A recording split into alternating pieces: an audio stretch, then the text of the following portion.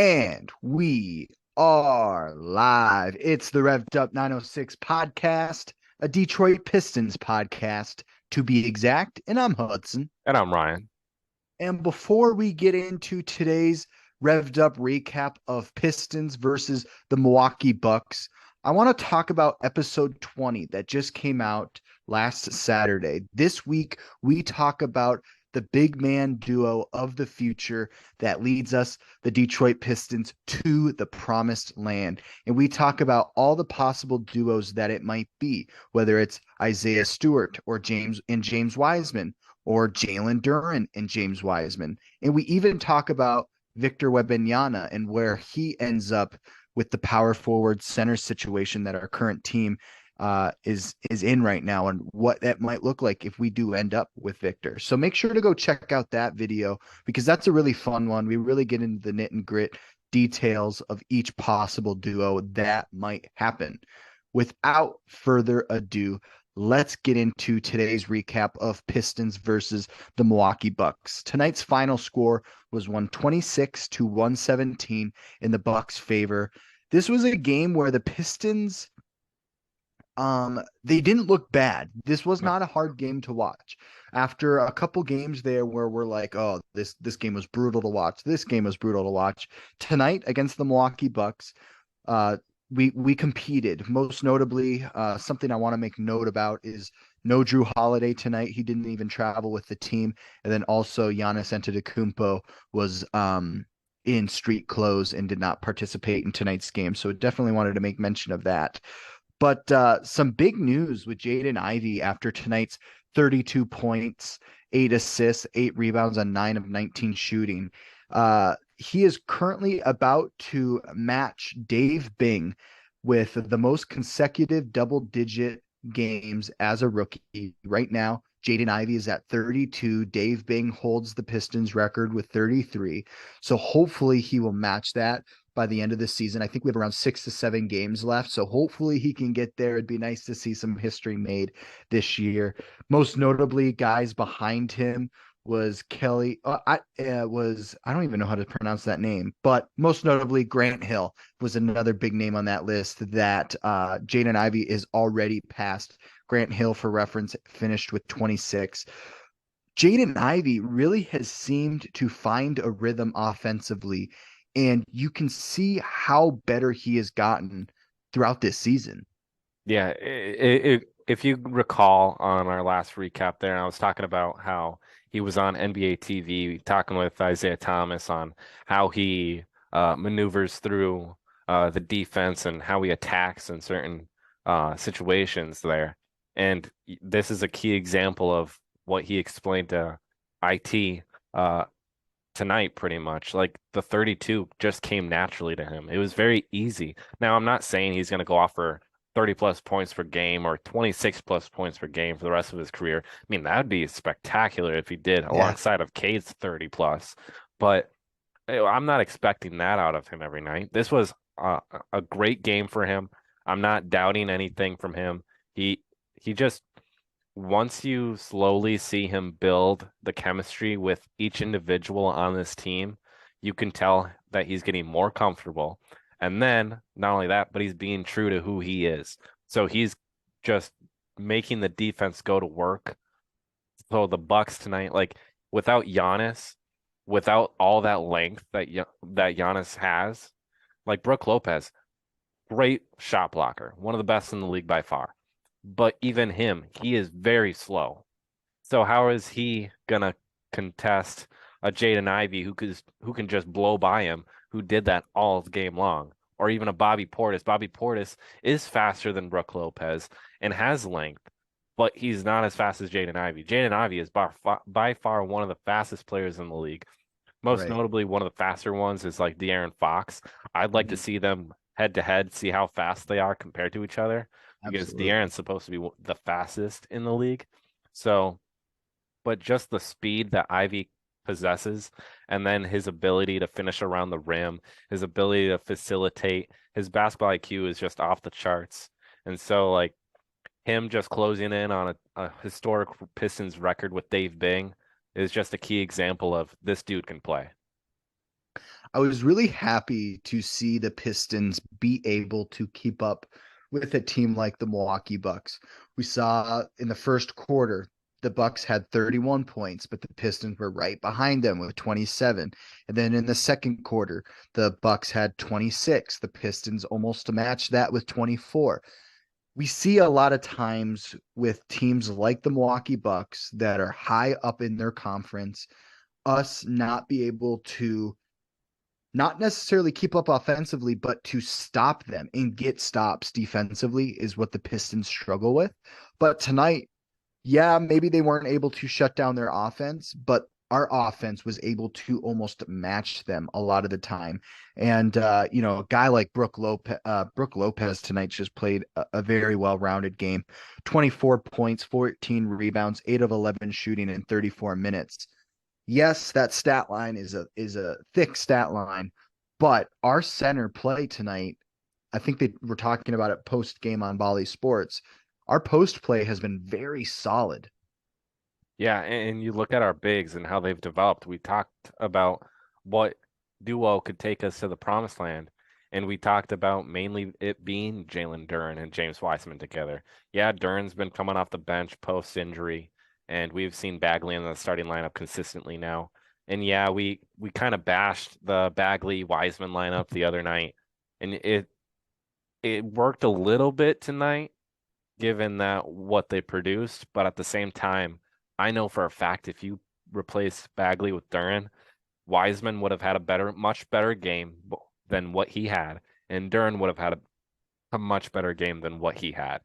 So I'm not saying that Bagley's doing a terrible job because he had 16 points and 9 boards tonight, along with 2 assists and a steal. Like, that's a solid night for him. I'm not complaining about that. But the fact that Duren and Wiseman can just elevate each other to a whole nother level, imagine that going up against a Brooke Lopez and a Bobby Portis. That would have been much better than a Marvin Bagley matching up with a Bobby. Now, I can understand how Bagley and Bobby Portis are more similar than like a Jalen Duren or a Bobby Portis or a James Wiseman or a Bobby Portis, just in the sense that they fit the mold of being more of a stretch 4 than any of those two. But when you have the length of a Wiseman or the length of a Duren and have their reaction timing, Bobby Portis isn't typically the guy that's just going to pop out and hit a shot from 3.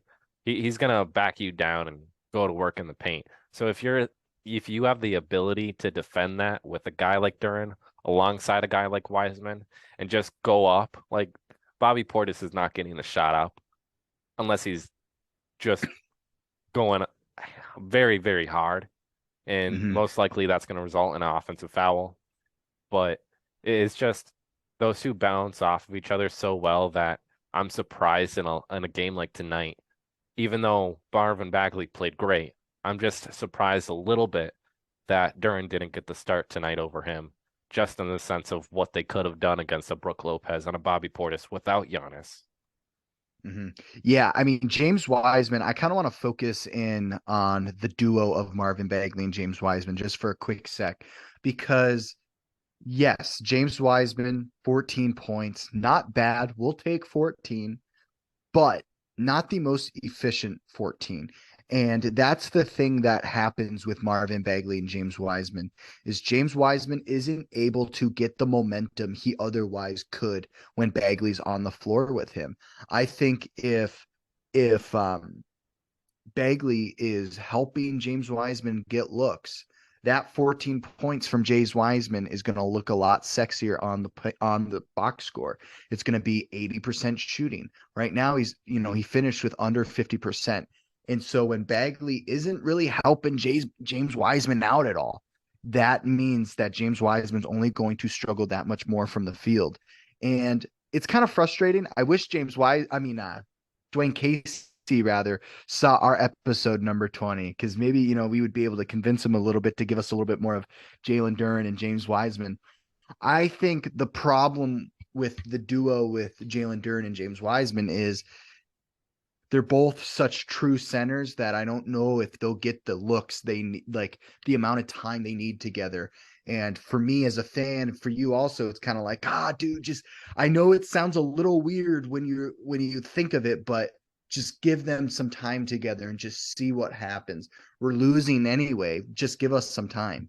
I also think it might be that Weaver has already conveyed it to Casey that, like, hey, we're looking to move Bagley this offseason.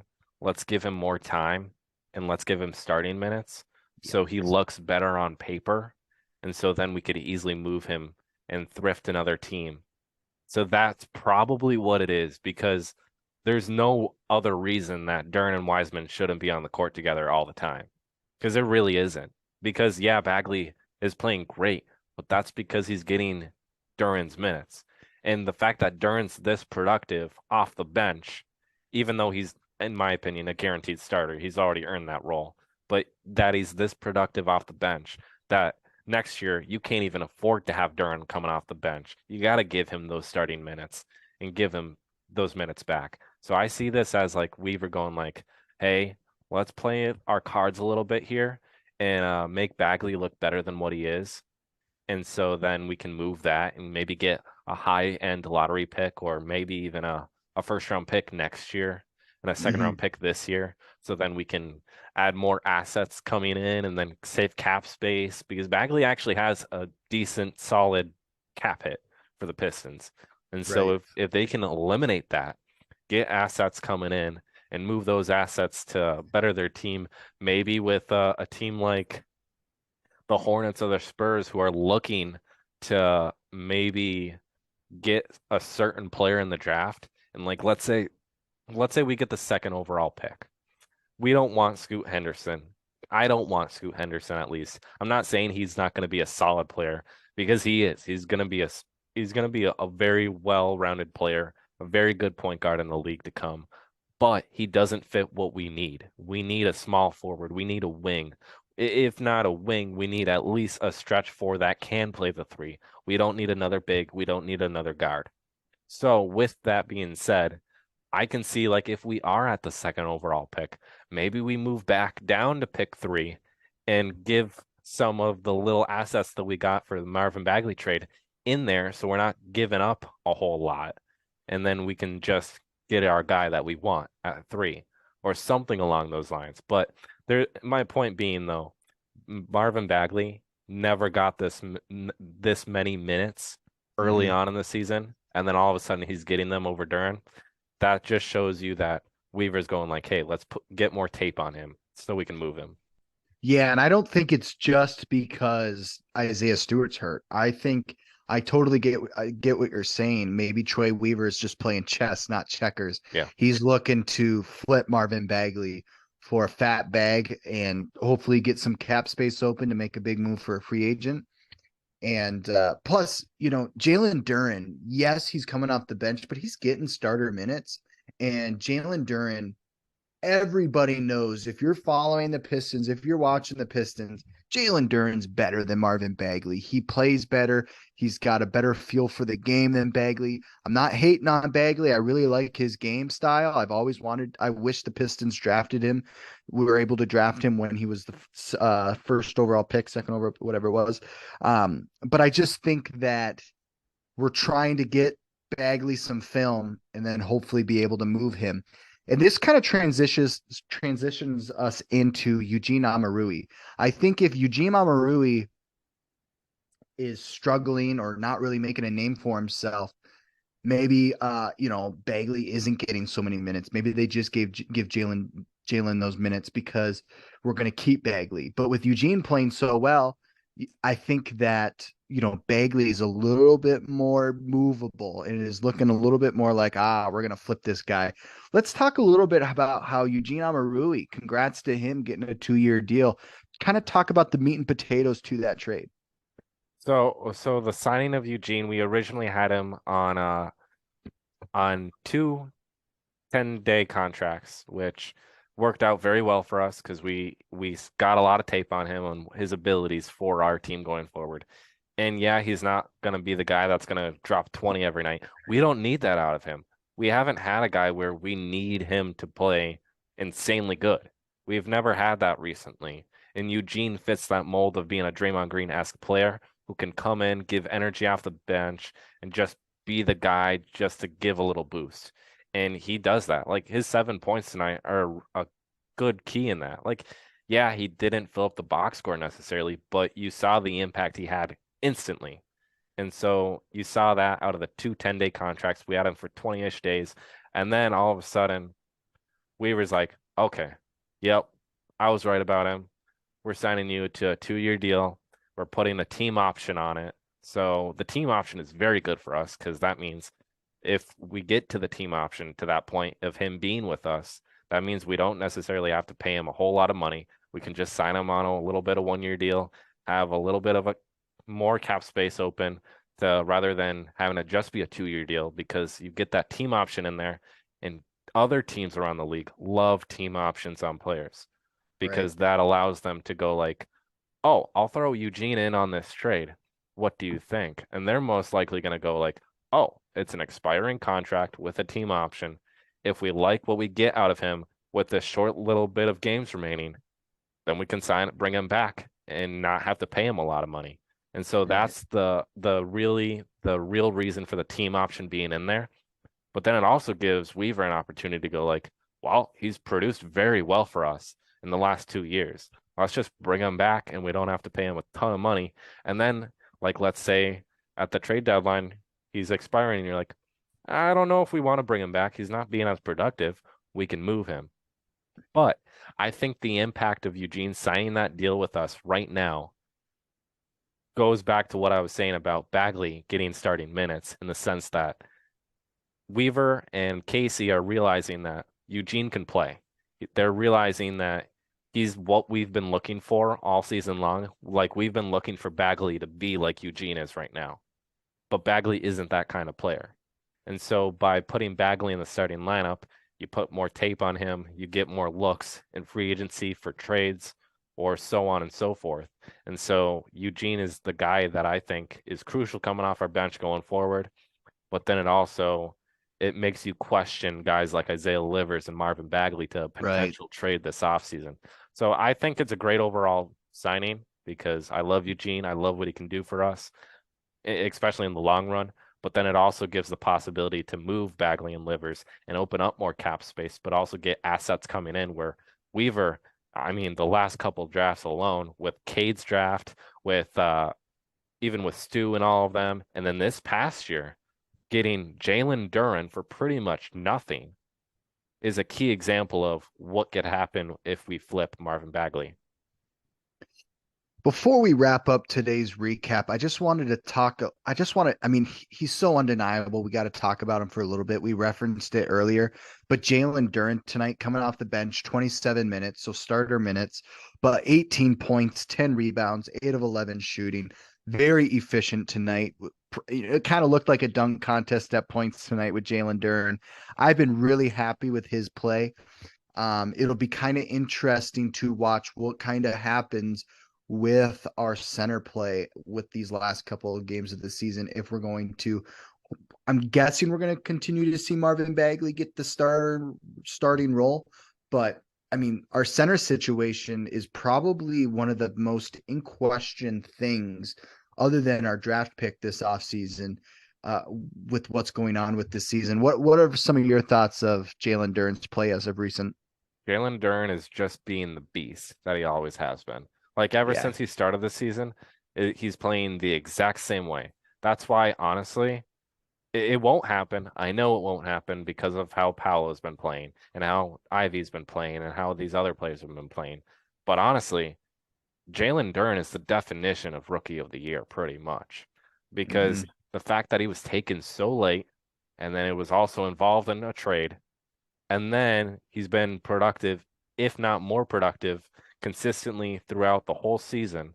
Like even now coming off an injury, dropping 18 and 10 with 3 assists and a steal and Mhm. only missing 3 shots, missing 2 free throws. Like you can see how productive he is. He's getting minutes, and the resume keeps building with him.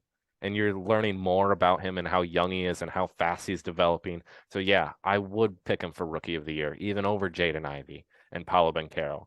But at the end of the day, I know for a fact it's all about popularity with that award. And so Right.